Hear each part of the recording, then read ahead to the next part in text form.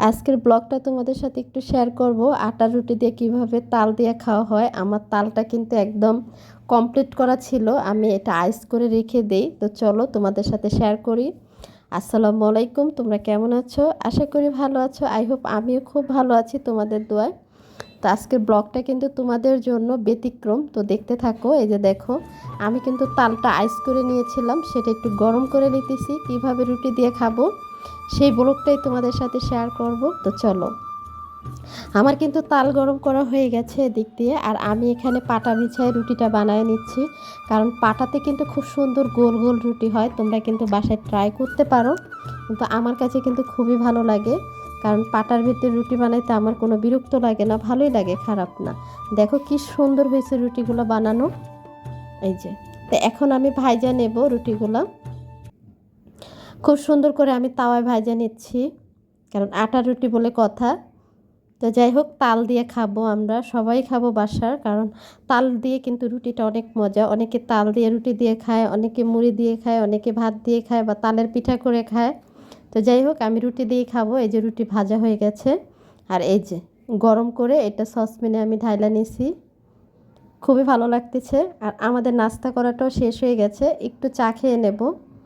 আমি, মা, ছোটো বোন একটু চা খাবো। দেখো, তো আমার মা একটু চা বানিয়ে দিচ্ছে। মার হাতের চা কিন্তু খুবই মজা, আমার মাও যে চা বানাইতে পারে দেখো। তো মা এখন চাটা ছাইকা নিচ্ছে, কারণ আজকে কিন্তু বাসায় অনেক কাজ, সেটাই তোমাদের সাথে শেয়ার করব। দেখো, তো আমরা একটু চা খেয়ে নেব। আমার ব্লগে কিন্তু মা আমাকে অনেকটাই হেল্প করে। তোমাদের মারা কি হেল্প করে কিনা আমাকে কমেন্টে জানাবা। যদি আমার আন্টিরা তোমাদেরকে হেল্প করে সেটা বলবা। তো যাই হোক, চা খেয়ে চলে আসছি। নাস্তা খাওয়ার পর চা খাইছি, তারপরে চলে আসছি গোলাপ গাছে পানি দেওয়ার জন্য। গাছে তো একটু পানি দিতেই হবে। এই যে দেখো, খুব সকালবেলা আমাদের নাস্তা করা শেষ হয়ে গেছে। আর ওয়েদারটা কিন্তু ভালো ছিল না, এই জন্য অনেক সকাল লাগতেছে। এখন কিন্তু সকাল 9টা বাজে। দেখো, কোনো রৌদ্র নাই। তো যাই হোক, বেলকনির থেকে বের হয়ে চলে আসলাম। তা আমাদের বাসায় কিছু স্টোরে কিছু সাবান ছিল, বাসায় ভাবতেছিলাম যে সাবান নাই। তো মা বলতেছিল যে স্টোরে কিছু সাবান আছে, তুমি দেখো। তো যাই হোক, অনেকগুলো সাবানে বের হয়ে গেছে। তো সাবানগুলো বের করে নিলাম, আমিও খুব সুন্দর করে একটু সাজায় নিচ্ছি সাবানগুলা। অগুছ ছিল, এই জন্য। অগুছ থাকাটা কিন্তু আমার পছন্দ না, তার জন্য আমি একটু গুছগাছ করে নিলাম। দেখেন, তো আমার ড্রেসিং টেবিলের এখানে একটু সাজায় নিচ্ছি অনেকগুলোই সাবান, মাশাল্লাহ। তো যাই হোক, একটা একটা করে রাখতে রাখতে অনেক সাবানে বের হয়ে গেছে। তো আমি এটা একটু মুছা দিয়ে নিচ্ছি, কারণ এটার তলে অনেক ধুলা ছিল, এই জন্য। তো আমি খুব সুন্দর করে মুছা নিলাম। তারপরে জায়গার যে জিনিসটা যেখানে ছিল ওখানে রাখার ট্রাই করলাম। খুব সুন্দর করে একটা শুকনা ন্যাকড়া দিয়ে মুছে নিছি। তো যাই হোক, নাস্তা খাওয়া শেষ। তো এখন আমরা এখানে চলে আসছি ঘর গুছানোর কাজে। এই যে, এখন হাঁড়ি পাতিলগুলো ধুয়ে নেব, যেতে নাস্তা খাইছি অনেকগুলো হাঁড়ি পাতিলে জমা হয়েছে। তো এখন হাঁড়ি পাতিলগুলো একটু ধুয়ে নিচ্ছি। অল্প একটু হাঁড়ি পাতিল ছিল, আমরা রাতেরটা রাতেই ধুয়ে ফেলি। তো যখন সকালবেলা নাস্তা করে তখন যদি কিছু থাকে সেটা টুকটাক ধোয়ার জন্য ট্রাই করি।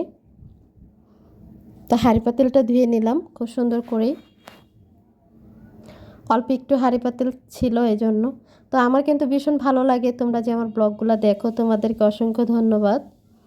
চলো, এই যে বেসিনটা অনেক ময়লা হয়ে গেছে, আজকে যেতে শুক্রবার, তার জন্য আমার অনেক কাজ জমে গেছে, সেটাই তোমাদের সাথে শেয়ার করতেছি একটু একটু করে। তো বেসিনটা অনেক ময়লা হয়েছে, আমি ভিমবার দিয়ে আর একটা ঝকঝকি দিয়ে পরিষ্কার করে নিচ্ছি।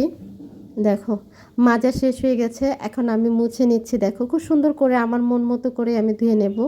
একদম ফকফকা হয়ে গেছে এখন। দেখো, ভালো লাগতেছে যেতে এখানে হাত ধোয়া হয় ভাত খাওয়ার পরে।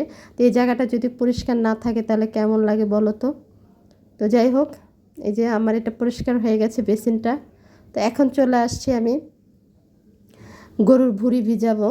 দেখো, গরুর ভুঁড়িটা রান্না করে নেব আজকে। তো এটা কিন্তু অনেক আগেই নামায়ে রাখা হয়েছে, কিন্তু ঢালা হয় না। তো আমি এখন পরিষ্কার করে ধুয়ে নেব। এটা কুরবানির ভুঁড়ি ছিল, কুরবানির গরুর গোশের ভুঁড়িটা, এটা আজকে আমরা রান্না করব। তো আরও কিছু আছে, সেটাই তোমাদের সাথে শেয়ার করব, কি কি রান্না করব যেহেতু শুক্রবার। এই যে আমি খুব সুন্দর করে ধুয়ে নিছি, গরুর ভুঁড়ি রান্না করব। তোমরা কিন্তু সাথেই থাকবা, ফুল ব্লগটা দেখবা, আবারও বললাম। আর যারা সাবস্ক্রাইবার করো নাই করে রাখবা, তাহলে আমার নতুন নতুন ভিডিওগুলো তোমরা পেয়ে যাবা। আর এখানে দেখো কচুর গাঁঠি দিয়ে আর আমি ইচা মাছ দিয়ে রান্না করে নিচ্ছি, আর গরুর ভুঁড়িটা রান্না করব আজকে। এই দুইটা দিয়ে আমাদের দুপুরের খাবার হয়ে যাবে, তার বেশি কিছু রান্না করব না। তো এখানে কিন্তু রান্না বসায় দিয়ে আমি গুছগাছ করে এখানে চা পাতা আর আটাটা ঢাইলা নেব, কারণ যেই কাজটা করব সেই কাজটাই কমে যাবে আমার মনে হয়। তো যেতে আগামীকালকে যেতে আবার রুটি বানাতে হবে, তো আটা ওরকমটা ছিল না, এই প্যাকেটটা ছিল, তার জন্য আমি ঢাইলা রেডি করে নিচ্ছি যাতে কালকে কষ্ট না হয় এই জন্য। তো এই আর কি, তোমাদের সাথে শেয়ার করতে পেরে আমার খুবই ভালো লাগে, খারাপ লাগে না।